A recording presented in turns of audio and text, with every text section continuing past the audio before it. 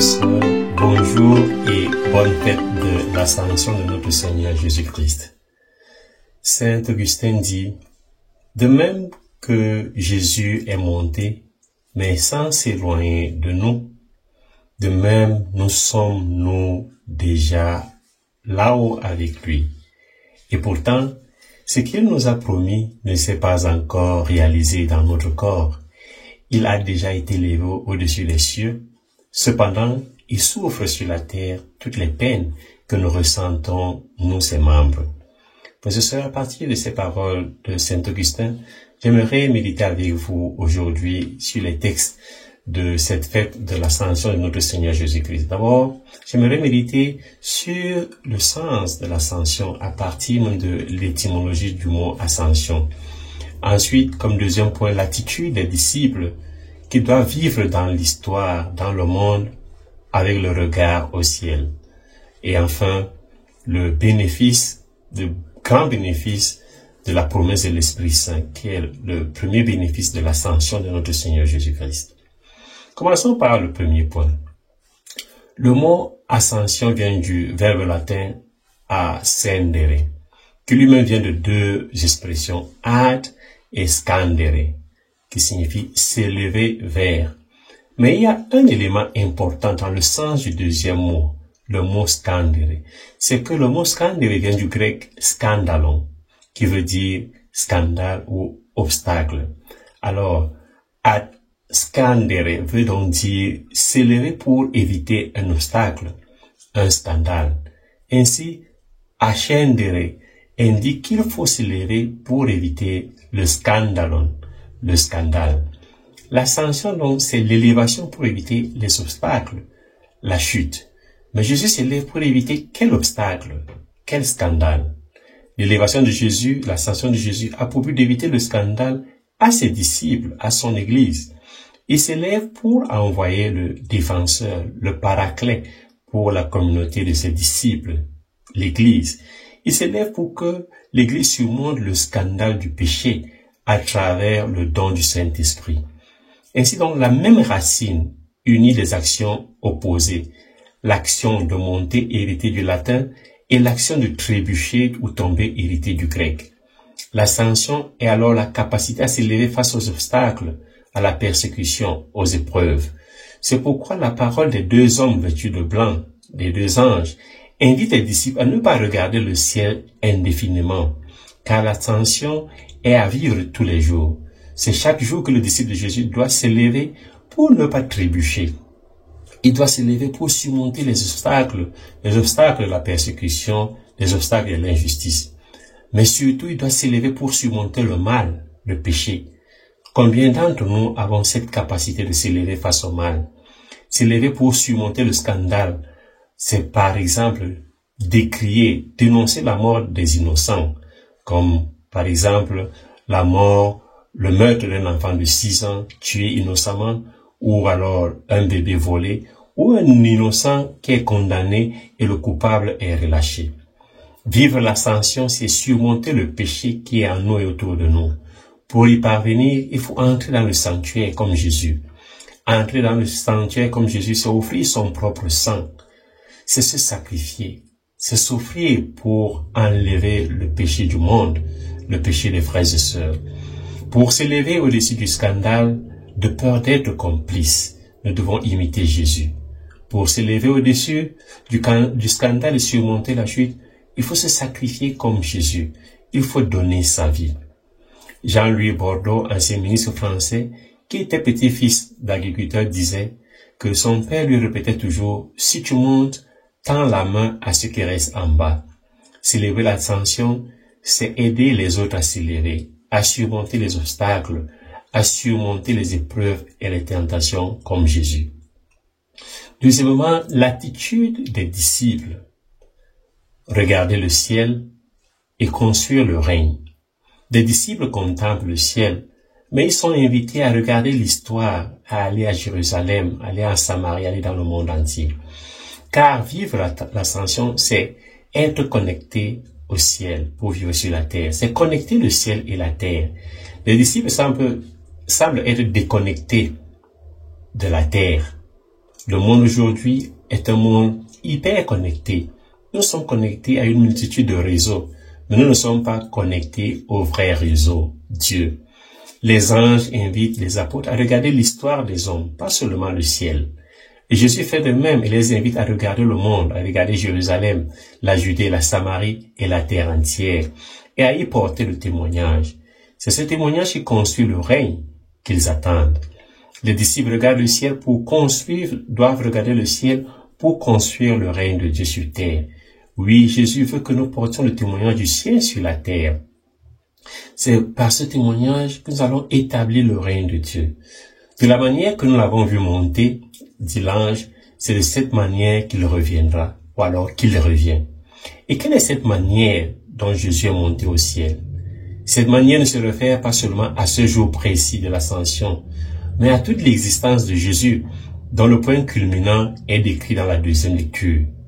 Jésus est entré dans le ciel même, afin de se tenir maintenant pour nous devant la face de Dieu. Il n'a pas à s'offrir lui-même plusieurs fois, comme le grand prêtre, qui tous les ans entrait dans le sanctuaire en offrant le sang qui n'était pas le sien.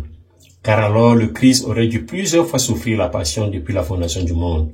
Mais en fait, c'est une fois pour toutes, à la fin des temps, qu'il s'est manifesté pour détruire le péché par son sacrifice. C'est à travers le sacrifice de sa vie, l'offrande de sa vie, que Jésus est monté au ciel. Et c'est de cette façon qu'il va revenir et qu'il revient. Jésus revient dans toutes les situations où les hommes souffrent. Les hommes sont persécutés, détruits par la calomnie, la jalousie, la médisance. Jésus revient aussi dans des situations joyeuses, lorsque nous nous élevons au-dessus des obstacles, au-dessus du mal, au-dessus du péché. Ne regardons pas seulement le ciel en oubliant d'aller à Jérusalem, en Judée, en Samarie ou dans le monde entier. Et n'allons non plus à Jérusalem, en Judée, en Samarie, dans le monde entier sans regarder le ciel. Et aujourd'hui, en célébrant l'ascension, on doit me demander, quelle est ma Jérusalem? Quelle est ma Judée? Quelle est ma Galilée dans laquelle Jésus m'envoie? Je suis envoyé pour rendre témoignage à Jésus. Je dois regarder le ciel pour changer le monde.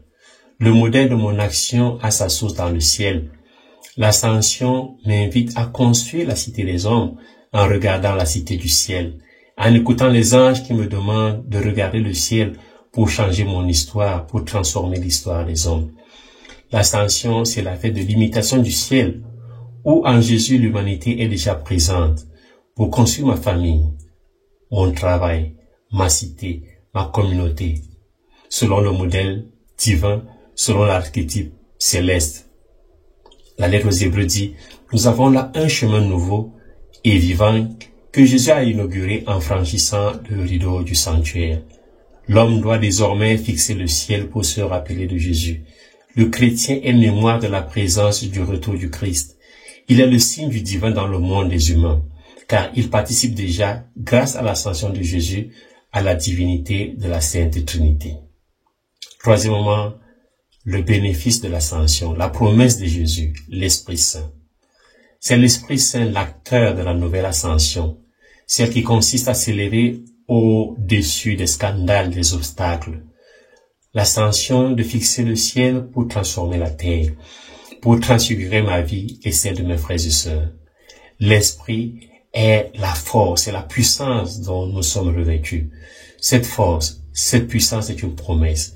Jésus dit, « Et moi, je vais envoyer sur vous ce que mon Père a promis. Quant à vous, demeurez dans la ville jusqu'à ce que vous soyez revêtus d'une puissance venue d'en haut. » Puissance, force, revêtement, notre Dieu est le Dieu qui est fidèle à ses promesses.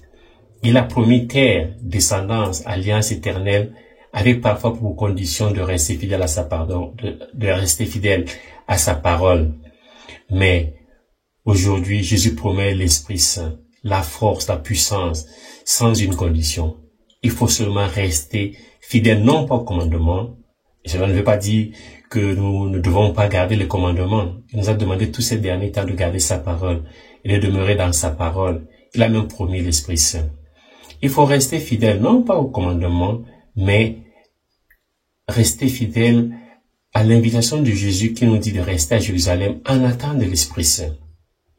Jérusalem, c'est la ville sainte, c'est la ville sanctuaire. Jésus nous invite à rester proche du sanctuaire jusqu'à la descente jusqu'à la descente du Saint-Esprit. Rester près du sanctuaire, entrer dans le sanctuaire, c'est revivre l'expérience de la passion, mort, résurrection de Jésus-Christ. Oui, frères et sœurs, rester près du sanctuaire, c'est vivre ce moment fort de la vie de Jésus, sa passion, sa mort et sa résurrection. C'est de cette expérience que nous serons revêtus de la puissance venue d'en haut, l'Esprit Saint. C'est revêtu de cette puissance que nous pouvons aller dans le monde pour donner le témoignage de l'ascension, le témoignage de nous élever au-dessus du mal, au-dessus du péché. Cette puissance, c'est l'Esprit de vérité que Jésus précisément appelle le Paraclet, qui veut dire consolateur ou alors intercesseur ou défenseur. Il dit qu'il est un autre Paraclet, le second parce que Jésus lui-même est le premier Paraclet, car il est le premier qui porte et donne la bonne nouvelle. L'Esprit Saint vient après lui, par lui, poursuivre dans le monde et grâce à l'Église l'œuvre de la bonne nouvelle du salut. Cette continuation de son œuvre par l'Esprit Saint, Jésus en parle plus d'une fois pendant le même discours d'adieu où il préparait les apôtres réunis au Cénacle. C'est ce Paraclet qui donne force et puissance à l'Église pour aller dans le monde entier.